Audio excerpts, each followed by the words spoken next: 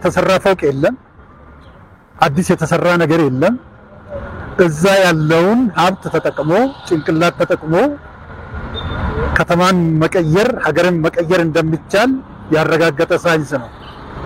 ከዚህ አኳያ ስናይ ሮቤ ላይ የተከሰተው ነገር መንገዱም የድሮ የነበረው መሬት ነው ሁሉ ነገር ድሮ የነበረ ነገር ነው አዲስ መገለጡ ብቻ ነው እዚህ ላይ ተጨምሮ ዛሬ ሮቤን ዱባይና ያደጉ የዓለም ከተሞችን ያስመሰላት ይሄ መገለጡ በትክክል መሬት ላይ ሲያርፍ ተአምር እኛ እዚህ ላይ ተወልደን ያደግነውን ተአምር ያስባለ መገለጥ ብዬ ነው የሚገልጽ የሮቤ ከተማ ነዋሪ ነኝ ያው ያን የምናቃት ሮቤና አሁን የምናቃት ሮቤ ሰማይና ምድር ነው ከውበቱ አንፃር ከዲዛይኑ አንፃር ያው ያኔ ቤቶች ሲፈርሱ በጣም አስጨንቆን ነበር ቤት ካጣውኝ ሰው ውስጥ አንዱ ነኝ ያኔ ሳዝን ነበር አሁን ግን በጣም ተረስቼበታለሁ በጣም እንግዲህ ያልተጠበቀ ነገር ነው ህልም ነው የሆነብን አሁን ውጪ ያሉት ወንድሞቻችን ዘመዶቻችን ኢትዮጵያ ነዋሪዎቻችን ባል የሚያቋት ሮቤ የሚያቋት አላመኑም እስካሁን ስቲል ነው ፌክ ነገር ይመስላቸዋል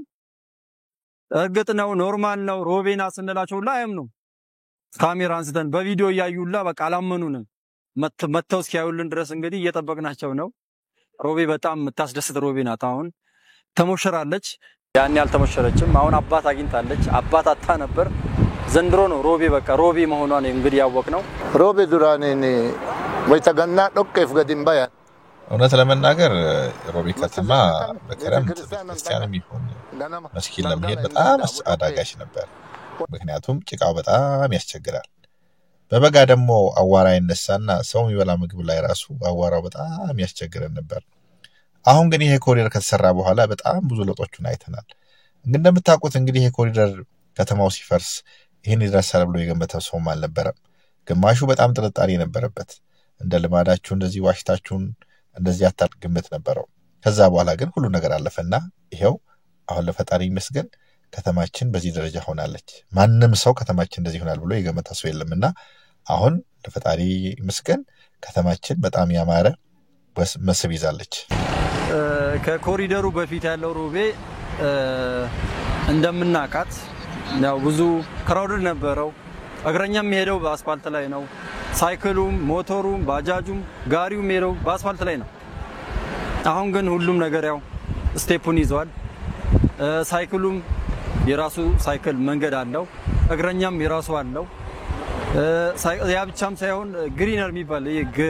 ሳሩም አለ ለብቻ ተተክሎልን ውበት አለው የከተማን ውበት በጣም ያሳመረ ነገር ቢኖር አንዱ ይሄ ነው ያኔ እንደው ሳይክልም ሁሉ ነገር አንድ መንገድ ላይ ነው የሚሄደው ሰው ሲሞት ነበር ከመንገድ ጥበት ብዙ ሰዎች በመኪና አደጋ ብዙ ሰው ሲጎዳ ነበር ይሞተም ነበር አሁን ግን አስፋልትና ሰው አይገናኝም እንግዲህ መጀመሪያ ፍለፊት ላይ መንገድ ዳር የተጠጉትን ቤቶች ስናፈርስ ጨለማ መስሎ ነበር አሁን ግን ሁሉ ነገር ከተስተካከለ በኋላ በዚህ መልኩ ስናይ አየሩ ራሱ ተቀየረ ድሮ መተፋፈን ነበረ ሽታ ነበረ መኪናና ሰው አንድ ላይ ይሄን ነበረ በየመንገድ ዳሩ የሚታየው ቆሻሻ ነገርና ፔስታል ነበር አይላንድ ነበር ዛሬ ላይ ስናይ ግን የግረኛ መንገድ ተለይቶ የሳይክል መንገድ ተለይቶ ግሪነሪ ሳር በቅሎ መኪና በስነ ስርዓት መንገድ ተበጅቶለት እንደዚህ ስናይ ይሄ በጣም ትልቅ በቃ ያምሮ እርካታ የሚያመጣ ልማት ነው ብዬ ነው የምገልጸው ከአላህ ቀጥሎ ማመስገን የምንፈልገው እንግዲህ ክብር ጠቅላይ ሚኒስትራችንን ዶክተር አብይ አህመድ አሁን የከተማዋ ሁለንተናዊ እንቅስቃሴና በአጠቃላይ እንደው በተለይ አንድ ክፍል የነበረው 2-3 ክፍል ሆኖ ከተማችን በጣም ሰፍቷል ጥሩ መስብም ይዛለች ሰውም ደስተኛ ነው ከሰው ፊት ላይም ይሄ ነው የሚነበበው እንደውኛ ከፈጣሪ ቀጥሎ ማመስገን እንፈልገው ክብር ጠቅላይ ሚኒስትራችንን ዶክተር አብይ አህመድ ነው ፈጣሪ ደግሞ እሱን ስለሰጠን እናመሰግናለን ይሄ ኮሪደር በጣም አምሮ በዚህ ደረጃ ሆኖ ባሌ እንደምታውቁት በጣም ከተረሱ የሀገሪቱ ክፍሎች አንዱ ነው አሁን ግን ሀገሪቱ ላይ የሚሰሩ ልማቶች በጣም ያስገርማሉ እኛም ደስተኛ ነን ፈጣሪ ጠቅላይ ሚኒስትራችንን ያቆይልን ብለን ነው የምንገምተው። እንደምታውቁት እንግዲህ የከተማችን ከንቲባም በጣም ትልቅ አስተዋጽኦ አድርገዋል። ከተማችን እንዲዋብ ለተቀን ደከመኝ ሰለቸኝ ሳይሉ ይሄን ፕሮጀክት ተከታትለው አድርገዋልና እኔ ማስተላለፍ ፈረው መልእክት ድሮ ከባሌ ሸሽ ነበር፣ አሁን ግን ወደ ባሌ ነው ሰው መምጣት ያለበትና ሁሉም ነገር ምቹ ነው፣ ሁሉም ነገር የተስተካከለ ነውና ሀገራችሁ ላይ መጣችሁ ሀገራችሁን አልሙ ነው የምለው። የሮቤ ተወላጅ የሮቤ ልጅ ከኢንጂነሩ ጀምሮ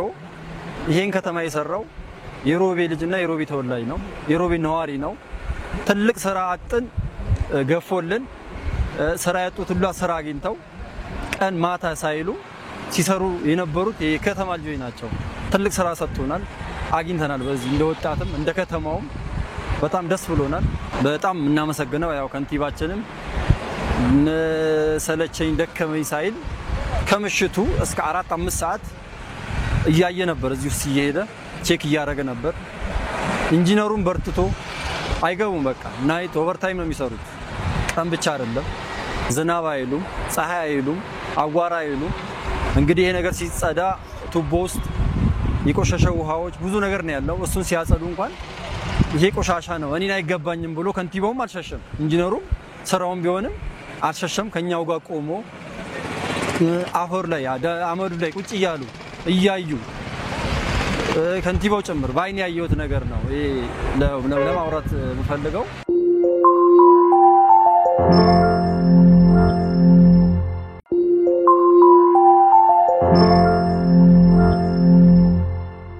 ጤና ይስጥልን ተመልካቾቻችን፣ ይህ አካታዊ ቢዝነስ ሳምንት ፕሮግራማችን ነው። ሳዲያ መልቲ ሚዲያ ከፋና ሚዲያ ኮርፖሬሽን ጋር ተባብረን በሰዓትም እናቀርብላችሁ አካታዊ ቢዝነስ ሳምንት ፕሮግራማችን አሁን ይጀምራል። ዛሬ ደግሞ አንድ ለየት ያለ እንግዳ ጋብዣለሁ። እንግዳዬ አቶ ዲኖ አሚን ይባላሉ። የሮቤ ከተማ ከንቲባ ናቸው።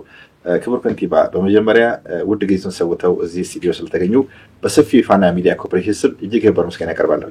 አመሰግናለሁ። የፋና ሚዲያ አካታች ቢዝነስ ይህን እድል ሰጥቶኝ እዚህ ላይ ስላቀረባችሁኝ በጣም ነው የማመሰግናችሁ። መልካም ክቡር ከንቲባ፣ እንግዲህ እርስዎ የባሌ ከንቲባ ኖት፣ የሮቤ ከተማ ከንቲባ ኖት እና እንግዲህ ሮቤ ከአንዱ የኦሮሚያ ክልል ውስጥ የሚገኙ ናቸው። እንደው አጠቃላይ ስለ ሮቤ መረጃ እንግዲህ ምን ያክል ህዝብ ብዛት አለው፣ ክፍለ ከተሞች ውስጥ እንደው ለመግቢያ እንዲሆን እሱ መረጃ ቢያካፍሉ። ያው ሮቤ ከተማ ያው በባሌ ዞን ውስጥ የምትገኝ ከተማ ነች። እቺ ከተማ በጣም መልካም ምድሯ በጣም ደስ የሚል ፕላኗን ጠብቃ የተገነባች ኢንቫይሮንመንቱ ደግሞ በጣም ቆንጆ የሆነ ለሰው ልጅ ኑሮ ምቹ የሆነች ከተማ ነች። በአጠቃላይ የቆዳ ስፋቷ ወደ 25000 ሄክታር ነው የሚሆነው። ወደ 500,000 ህዝብ ነዋሪ ያላት ከተማ ናትና ወደ 3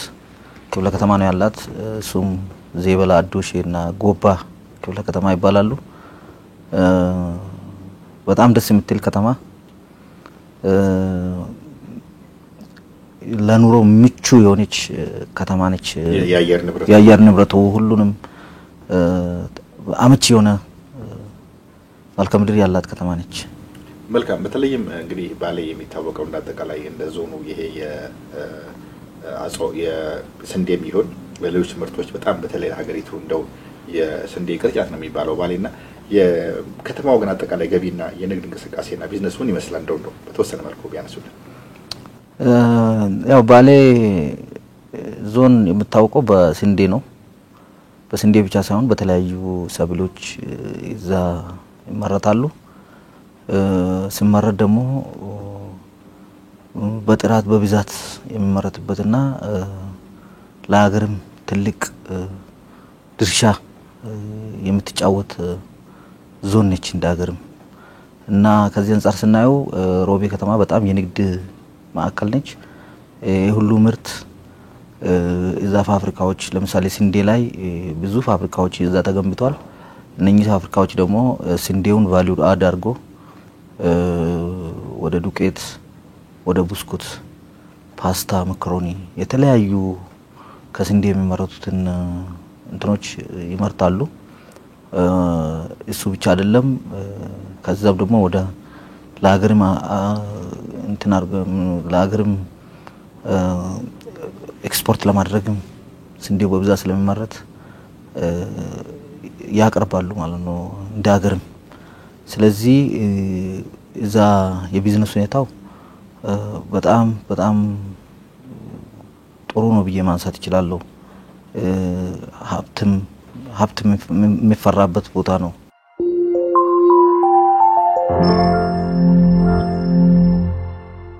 ያው ሀብት እዛ ብዙ ባለሀብቶች የሚፈጠሩበት ከተማ መሆን የሚችል አጠቃላይ ከተማ ጉዞ ነው በዚሁ ደግሞ የከተማው መሳደር ደግሞ ጥሩ ገበያ አዎ እና ብዙ ባለሀብትም የፈጠረች ከተማ ነችና ከዛ አንፃርም ሰው ሰርቶ የሚለወጥበት ከተማ ነች ማለት ነው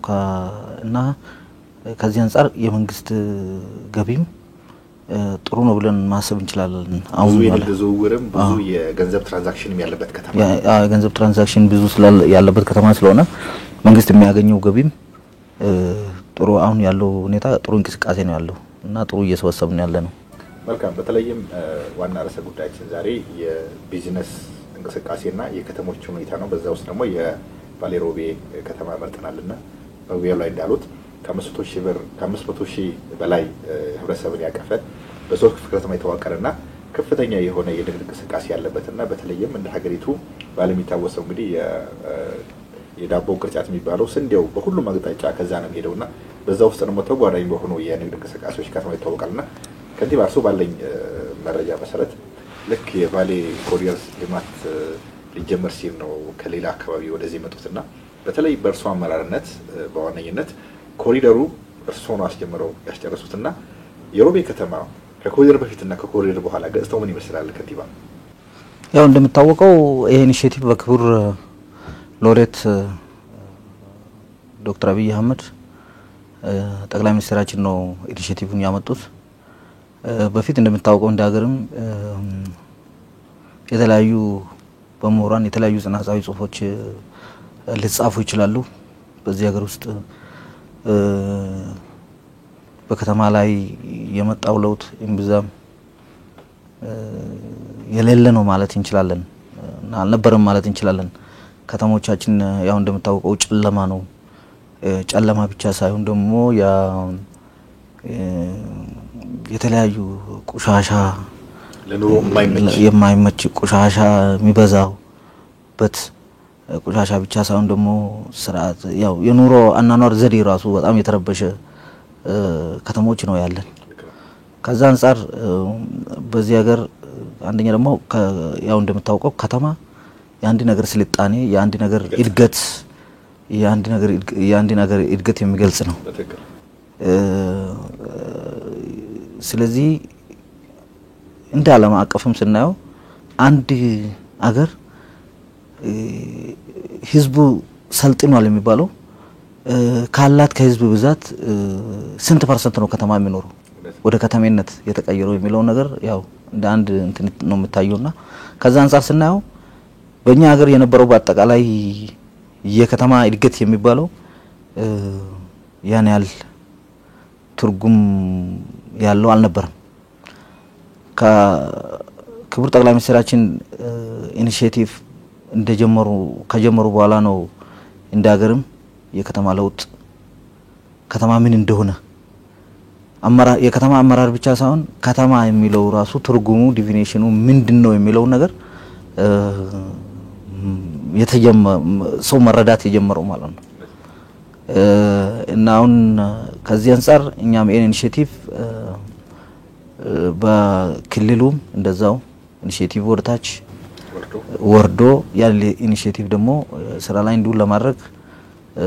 የተለያዩ ጥረቶችን አርገናል ከዚህ አንፃር ስናየው ሮቤ ስለ ሮቤ ካነሳው ሮቤም ከዚህ ኢኒሺዬቲቭ ተጠቃሚ ሆነች ከተማ ነች ብዬ ነው ማስበው መጀመሪያ እኔ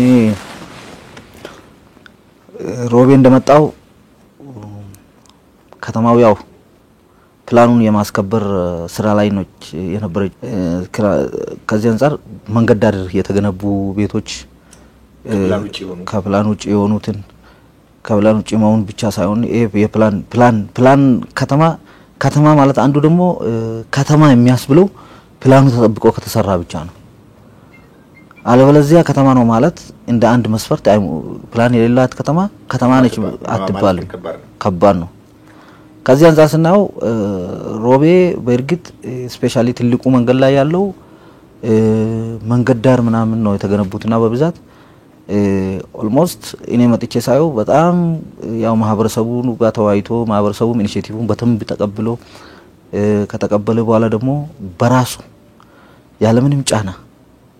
ይራሱ ሄዶ በቃ ከተማዬ እንድትቀየር ይፈልጋለሁ የሚል እሳቤ ይዞ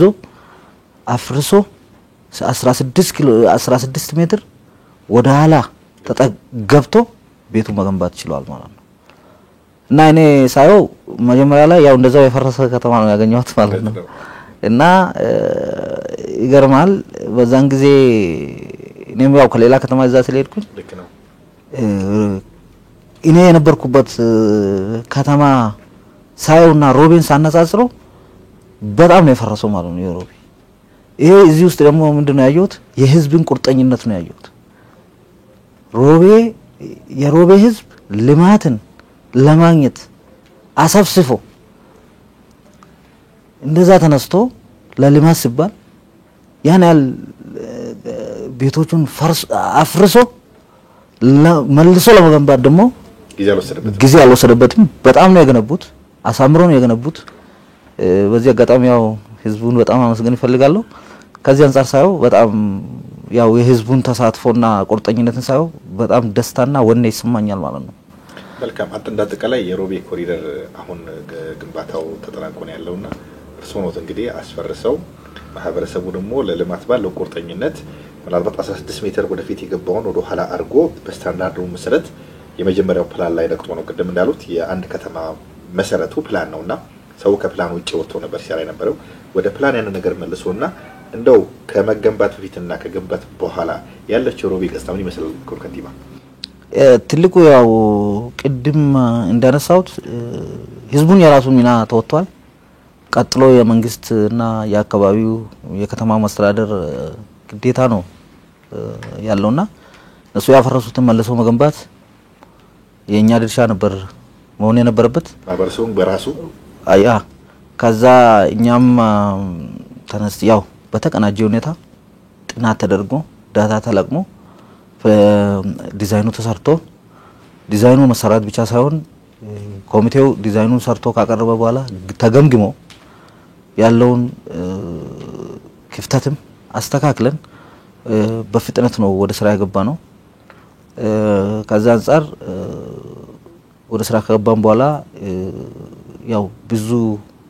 እንትኖች ይኖራሉ፣ ተግዳሮቶች ይኖራሉ። ብዙ ነገር ማኔጅ ማድረግ መቻል አለብህ። እሱ ነገር ሁሉ ተቋቁመን የአየር ንብረት ሁኔታ አለ፣ ዝናብ አለ፣ ፀሐይ አለ። እሱ ፀሐይ እንዳውም ብዙ ማለም ግን የዝናቡ ነገር በጣም ይከብዳል። ያው ይታወቃል ወደዛ ወደ ባሌ አካባቢ። ከዛ አንፃር በጣም ቻሌንጆች ነበሩ ማለት ነውና ያው ከዛ ወደ ስራ ከገባን በኋላ በጣም በኃይለኛ ፍጥነት ነው ነውና በአጋጣሚ ኮንትራክተሩን በጣም ጠንካራ ኮንትራክተር ነው። ያው አብዱ ጀሊል ኮንስትራክሽን እዛው የባሌ አካባቢ ሰው ተወላጅ ነውና በጣም በኃይለኛ ነው ያው በቁርጠኝነት ነው ወደ ስራ የገባው። ከዛ አንፃር የከተማ መስተዳድሩ ድጋፍም በጣም ኃይለኛ ነበር። ያው ክትትልም ድጋፍም በቅርብ ነው በኮሚቴ አዋቅረን የቴክኒካል ኮሚቴ አመራሮችን መድበን ከኔ ጀምሮ ማለት ነው በበላይነት የነገር እንዲመራ ነው ያደረግነውና ከዚህ አንፃር ስናየው የመጀመሪያውና አጠቃላይ ፈርስት ፌስ ነው የሚባለው አሁን የጨረስነው የፈርስት ፌሱ ወደ 5.6 ኪሎ ሜትር የሚሆነውን በ5 ወር ነው መጨረስ ይቻላል ማለት ነው። ይሄ ደግሞ 24/7 የሚለው ነገር ተሞክሮ ወስደን ወደ ስራ ገብተን በደንብ ስራ ላይ አውለን ነው የሰራነውና በጣም ትልቅ ውጤት ነው ያመጣው። ህዝቡም በጣም ደስተኛ ነው። ደስተኛ መሆን ብቻ አይደለም ኮሪደር ምን እንደሆነ ራሱ ህዝቡም ተረድቷል ትርጉሙን። እንደ ከተማችን ደግሞ ያው ከመልካም ምድሯ ካቀማመጧ ያው ተፈጥሮ ብዙ ነገር ነው የለገሳት ነች ሮቤ ከተማ ስታዩ ደግሞ በጣም ነው የሚያምረው በአጠቃላይ የከተማው መልክ ነው የቀየረው ማለት እንችላለን ኮሪደሩ መልክ ቀየረ የሥራ ባህላችንን ቀየረ የቢዝነስ ተጧጧፈ የቢዝነስ ሁኔታችንን ቀየረ የሰው አስተሳሰብን ቀየረ ከቆሻሻ ጋር ሰው መኖር እንደሌለበት ቆሻሻውን እንዲጸየፍ አደረገ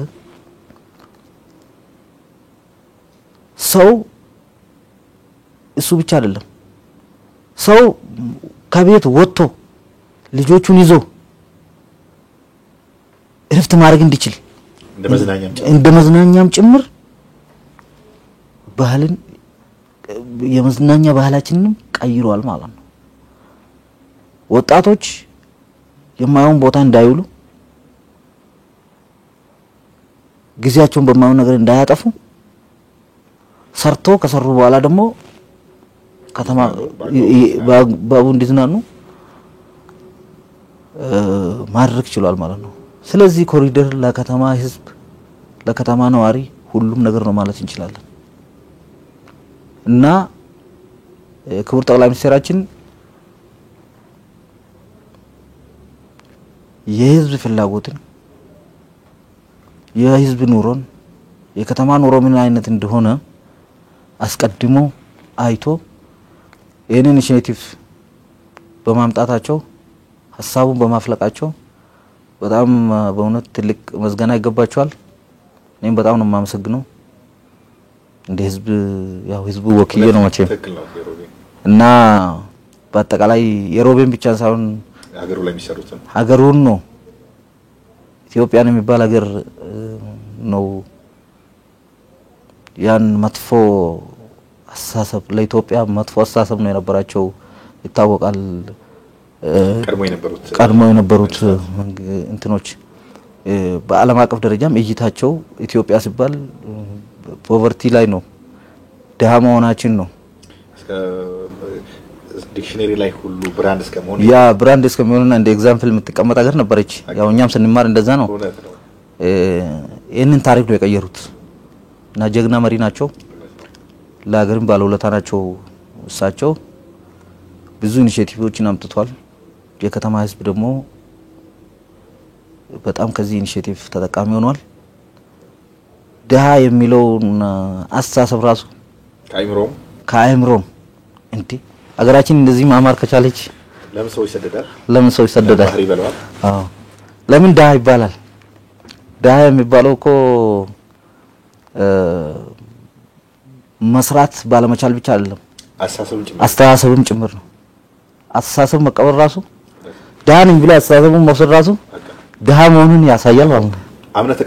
አምነ ተቀብለሃል መስራት እንኳን ብቻን እንዳስችል አርጋ ፓራላይዝ ያደርጋል ይሄ ነው እና እሳቸው ነው የቀየሩት እና በእኛ ከተማው ይሄናል ማማር ከቻለች ህዝቡ አሁን እንዴ ለስራ ያለው ፍላጎት የቢዝነስ ትራንዛክሽኑ የማታ ስራዎች ኢቭን ይገርማል ግብር ለመክፈል እንኳን እንዴ እንደዚህ መስራት ከተቻለ ግብራችን ምን ላይ እንደሚውል እኛ የከፈልነው ግብር ያው ለኛ ነው ተመልሶ እኛን ነው መልሶ ያለማን ያለው የሚል አስተሳሰብ በጣም ዴቨሎፕ አድርጓል የኮሪደር ብዙ ነገር ነው የቀየረው ብዬ ነው እና በአጠቃላይ ነው ሳይው ኮሪደር ልማት አገርንም የቀየረው አገራችንን ነው ከፍ ያደረገው የማህበረሰባችንን ህይወት እንደው በተቀጣይነት የማህበረሰቡን ህይወት ኑሮውን አሻሽሏል የንግድ እንቅስቃሴው ሰዎች የሥራ ዕድል ፈጥሯል አቀላጥፏል ከዚህ አንፃር ስናው በጣም ትልቅ ስራ ነው የተሰራው ህዝቡ በጣም ደስተኛ ነው እንደ ሮቤን መልካም ክቡር ከንቲባ እንደው እርሶ ልክ ኮሪደሩ ሲፈርሰን ይመጡትና ብዙ ጊዜ ቢፎር ኤንድ አፍተር የምንለው ነገር አለ አንድ ነገር ከመሄድና እንደው ለራስዎት አልከረሙትም እርሶ አፍርሶ የማህበረሰቡ ያሳሰብ ነገር አለ እንደም በጥሩ መልስ ገልጸውታል ድህነት ጭንቅላት ላይ ያለ ነገር ነውና የማህበረሰባችን ደግሞ ከዚህ ከመሃል ከተማ እንደወጣን ያሳሰቡ የሥራ ፍላጎቱ የአየር ሁኔታው እንደተጠቃላይ የማህበረሰቡ አሳሰብ እንደ መሃል ከተማ ነው አይታሰብም ከመሃል ከተማ ያለ ሰው ብዙ ነገር ኤክስፖዠር አለው ምናልባት ባሌ 410 ኪሎ ሜትር ከርዕሰ ከተማው አርቆ እንደመገኘቱ እርሱ እንደዛው ይመለሳል ብሎ እንደው እርሱ ራሱ ገምተዋል ይሄን ከተማ ቢፎር ኤንድ አፍተር ስናየው? ያው እንደምታወቀው ያ መጀመሪያ ላይ ስታየው ማትገምተው ነገር ሊሆን ይችላል። ይሄ ነገር እንደዚህ አምሮ ተውቦ ሲታይ ተመልካቾች እንግዲህ ክቡር ከንቲባ አቶ ዲኖ አሚን የሮቤ ከተማ ከንቲባ በተለይም ሁለንተናዊ የኮሪደር እንቅስቃሴ ላይ በማስመልከት ምን ያክል ነገሮችን ያቅፋል፣ ማህበረሰቡ በምን ያክል ፍጥነት ጥራትና እንደዚህ ነው ብዛት ለኮሪደር ሰጥተው በሀገራችን የኢኮኖሚ ዋልታና በተለይ የባሌ ርዕሰ ከተማ የሆነችው ባሌ ሮቤን የቱሪስት መዳረሻ ከማድረግ አንጻር አንዳንድ ጥያቄዎችን አሰናላቸው ጥሩ መግለጫ አድርገውልናል። ልቋጭ አልቻልኩኝም። የዚህን ቀጣይ ሳምንት እናቀርባለን። እስከ ሳምንት መልካም ሳምንት።